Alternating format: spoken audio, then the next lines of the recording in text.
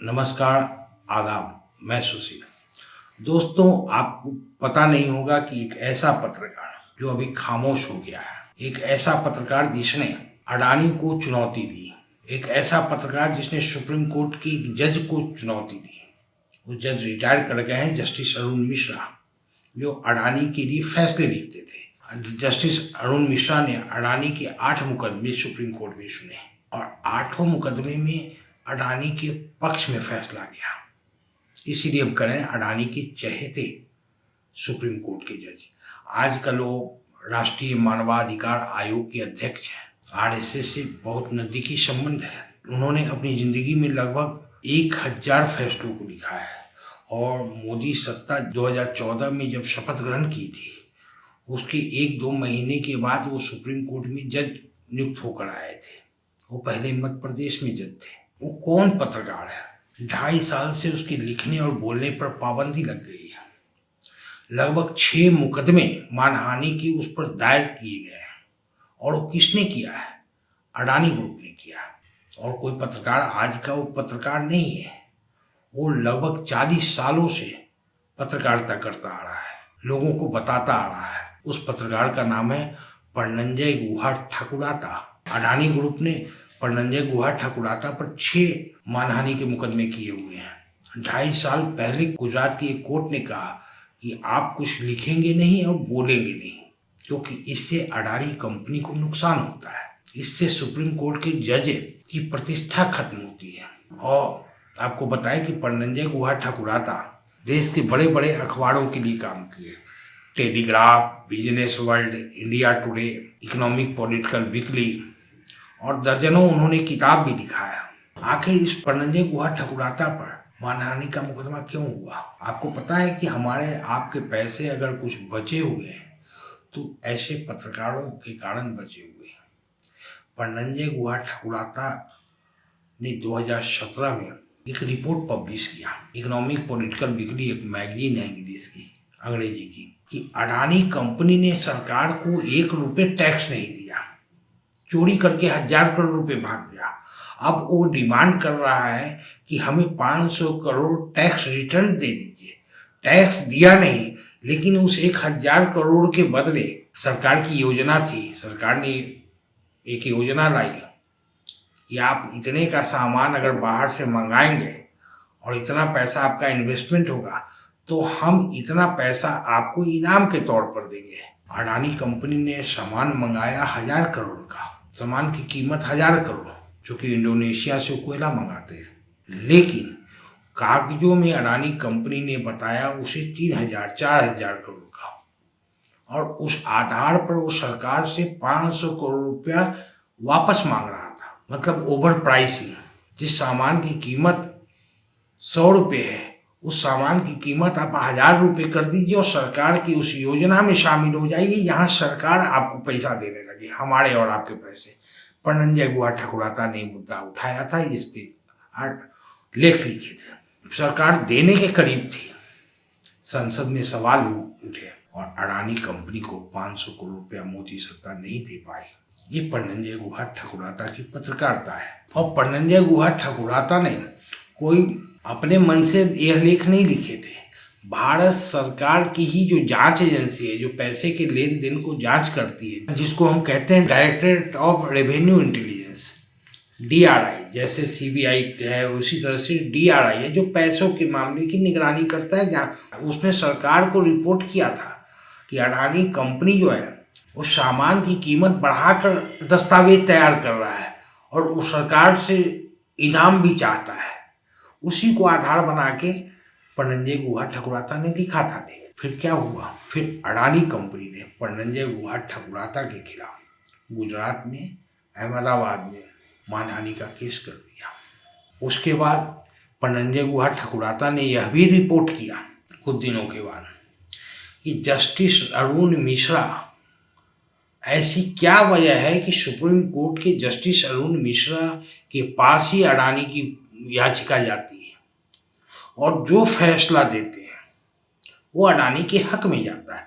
उन्होंने पूरे तथ्यों के साथ बताया कि किस तरह से अडानी कंपनी को अरुण मिश्रा अपने जाते जाते रिटायरमेंट करते करते 8,000 करोड़ रुपया जस्टिस अरुण मिश्रा अडानी कंपनी को सरकार से वसूल कर कर दिला गए राजस्थान सरकार से। उस पर बहुत डिटेल रिपोर्ट थी। उसके बाद पन्नंजय गुहा ठकुराता पर एक और केस होता है कि आपने सुप्रीम कोर्ट के जज की मर्यादा नहीं रखी, आपने उसको नीचा दिखाया है, मानहानि का केस होता है। फिर जनवरी 2021 में पन्नंजय गुहा ठकुराता को अरेस्ट करने का वारंट इशू किया जाता है गुजरात के कोर्ट से।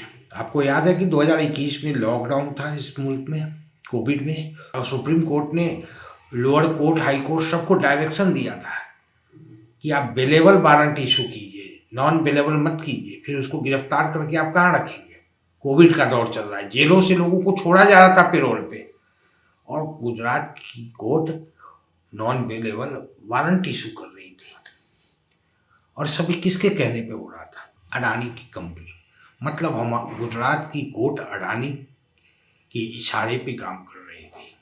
जैसे सुप्रीम कोर्ट के जज अरुण मिश्रा अडानी के लिए काम कर रहे थे। आपको दूसरी चीज़ बताएं कि अभी जो हिडनबर्ग रिपोर्ट आया उसमें 84 सवाल अडानी से पूछे गए, 84 क्वेश्चन अडानी कंपनी से पूछे गए थे। उसमें एक सवाल यह भी पूछा गया था कि अडानी कंपनी कहती है कि हम अभिव्यक्ति की स्वतंत्रता का सम्मान करते हैं, तो फिर पन्नंजय गुहा ठकुराता पर 6 मुकदमे मानहानि के क्यों दर्ज हैं? अडानी कंपनी ने कहा ये अदालत का मामला है। उसके बाद इंटरेस्टिंग ये हुआ कि 2019 के चुनाव के बाद, लोकसभा के बाद, नौकरी चली गई पन्नंजय गुहा ठकुराता की, इन्होंने इस्तीफा दे दिया। द वायर एक वेबसाइट है, उस पर इन्होंने अपना लेख डाला। वायर पर भी 100 करोड़ रुपए का डिफेमेशन केस हुआ, मानहानि का दावा किया अडानी कंपनी ने। गुजरात में ही किया। आपका गुजरात मॉडल भी बताएंगे, गुजरात मॉडल में ही, आप गुजरात में ही मानहानि का सारा केस क्यों किया जाता है, एक इसके पीछे एक लॉजिक है। हालांकि वायर के खिलाफ जो केस था उसको वापस ले लिया, लेकिन अभी तक पन्नंजय गुहा ठकुराता पर गुजरात, दिल्ली, राजस्थान, इन 3 जगहों पर 6 मुकदमे मानहानि की दायर है। जैसा कि पन्नंजय गुहा ठकुराता बताते हैं कि मेरे खिलाफ सिर्फ अडानी ने ही केस किए, टाटा की कंपनी के बारे में भी सच बताया, अंबानी के कंपनी के बारे में भी सच बताया, टाइम्स ऑफ इंडिया जो है अखबार, उसके बारे में भी सच बताया, सहारा ग्रुप के बारे में भी मैंने लोग सच बताया, लिखा, लेकिन किसी ने मानहानि का केस नहीं किया। सब ने अपने वकील भेजे, मैंने जवाब दिया, लेकिन किसी ने मुकदमा नहीं किया।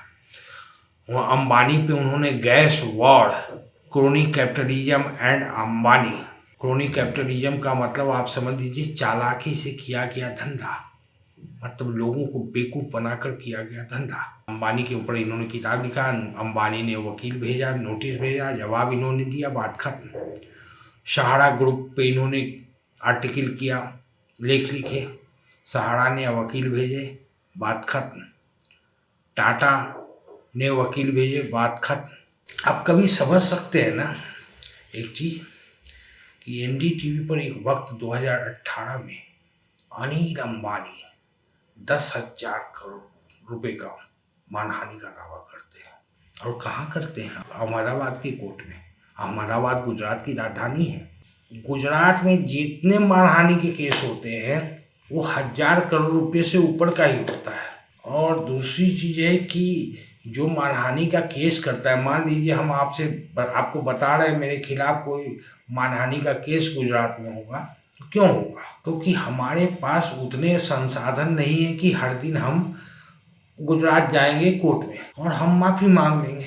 नहीं माफ़ी मांगेंगे तो जेल जाएंगे, और नहीं तो हमें 1,000 करोड़ रुपए देने होंगे, 1,000 करोड़ रुपए है नहीं। तो इस तरीके से गुजरात में एक सिस्टम काम करता है। अब मान लीजिए दिल्ली में किसी ने हम पर मानहानि का केस किया, अगर वो 1 करोड़ रुपए का, कि हमारी मानहानि जो हुई है उसका वैल्यू जो है वो 1 करोड़ है, हमें 1 करोड़ रुपया दीजिए, हमारी मानहानि जो हुई है वो क्षतिपूर्ति हो जाएगी।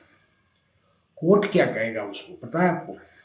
कि अच्छा 1 करोड़ आप 10 लाख रुपया कोर्ट फीस में जमा कीजिए। दिल्ली में अगर 10,000 करोड़ का मानहानि का दावा हम पे किया जाएगा या किसी पे किया जाएगा, या देश के अलग अलग राज्यों में भी जो मानहानि का सिस्टम है केस करने का, कि कोर्ट फीस 10% होगा टोटल जितना आपने किया है। मान लीजिए आपने कोर्ट में हमारे खिलाफ मानहानि की याचिका लगाई है कि इस जर्नलिस्ट ने 10,000 करोड़ रुपए का मानहानि किया है मेरा, इसकी भरपाई की जाए, तो आपको कोर्ट में उस 10,000 करोड़ का 10% जमा करना पड़ेगा। मतलब 100 करोड़ रुपए आपको जमा करने पड़ेंगे, याचिकाकर्ता को करना पड़ेगा। गुजरात में क्या खेल है कि आप 50,000 करोड़ का भी कर दीजिए, लेकिन कोर्ट फीस 75,000 रुपये से ज़्यादा नहीं है। लेकिन दिल्ली में आपको 100 करोड़ रुपए देने पड़ेंगे 10,000 करोड़ के लिए। यूपी में आप मानहानि का दावा करेंगे, वहाँ पे भी 10% है कोर्ट फीस। गुजरात में कोर्ट फीस मात्र 75,000 है, और गुजरात की सरकार तय करती है मानहानि के केसेज में। इसीलिए अनिल अंबानी एनडीटीवी पर करने गए थे केस, कहाँ पर? गुजरात में। तो आप गुजरात चले जाइए, आप लाख करोड़ रुपए का मानहानि कीजिए, कोई दिक्कत नहीं है। 75,000 रुपये आप जमा कर दीजिए, आपको लाख करोड़ रुपए मिल जाएंगे, दूसरे राज्यों में नहीं मिलेंगे। तो अक्सर आप देखेंगे अनिल अंबानी हो, अडानी हो, अडानी का तो व्यापार पूरी दुनिया में है, वो दिल्ली में केस क्यों नहीं करते? प्रधानमंत्री का जो ऑफिस है रायसीना रोड पर 100 मीटर की दूरी पर उनका भी घर है, राष्ट्रपति भवन के पास ही उनका भी एक मकान है। वो दिल्ली में मानहानि का दावा क्यों नहीं करते? वो गुजरात क्यों जाते हैं? क्योंकि वहाँ कोर्ट फीस कुछ नहीं है। दूसरी चीज़ की मानहानि में पन्नंजय गुहा ठाकुराता ने लेख लिखे, वो वेबसाइट पर चले, अखबारों में जो लिखे गए, लोगों ने ट्वीट किया, रीट्वीट किया।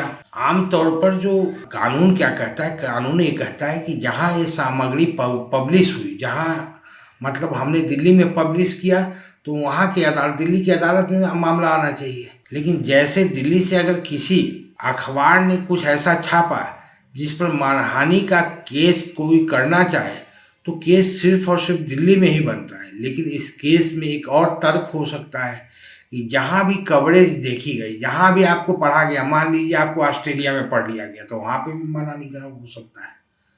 तो क्या सुप्रीम कोर्ट को गाइडलाइन नहीं देनी चाहिए मानहानि के केस में? और खासकर गुजरात में, कि गुजरात में कुछ खोट, मतलब आप 10,000 करोड़ का मानहानि का दावा कर दीजिए, आपको कोई कोर्ट फीस जमा करने की जरूरत ही नहीं है। देश के अलग अलग अदालतों में अगर आप जाएंगे, 1,000 रुपये का भी मानहानि का दावा करने तो पहले आपको देना पड़ेगा 100 रुपये, 10%।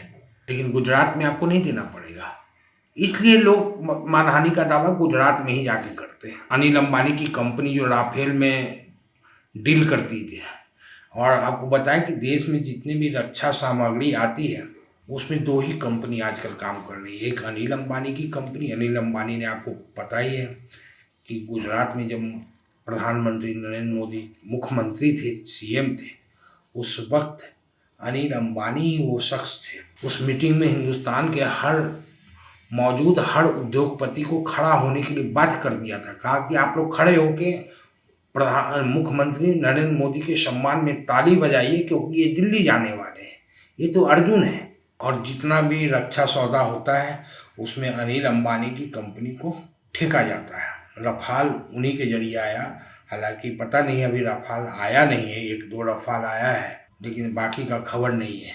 लेकिन पेमेंट हो गया, तो एनडीटीवी ने उसको दिखाया था, एनडीटीवी के खिलाफ वो गुजरात में पहुँचे, कहे 10,000 करोड़ का मुकदमा ठोक दीजिए।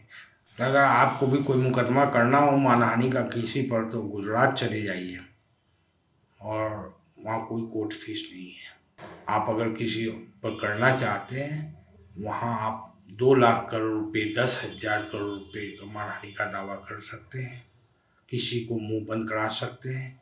पन्नंजय गुहा ठाकुराता के साथ यही हुआ।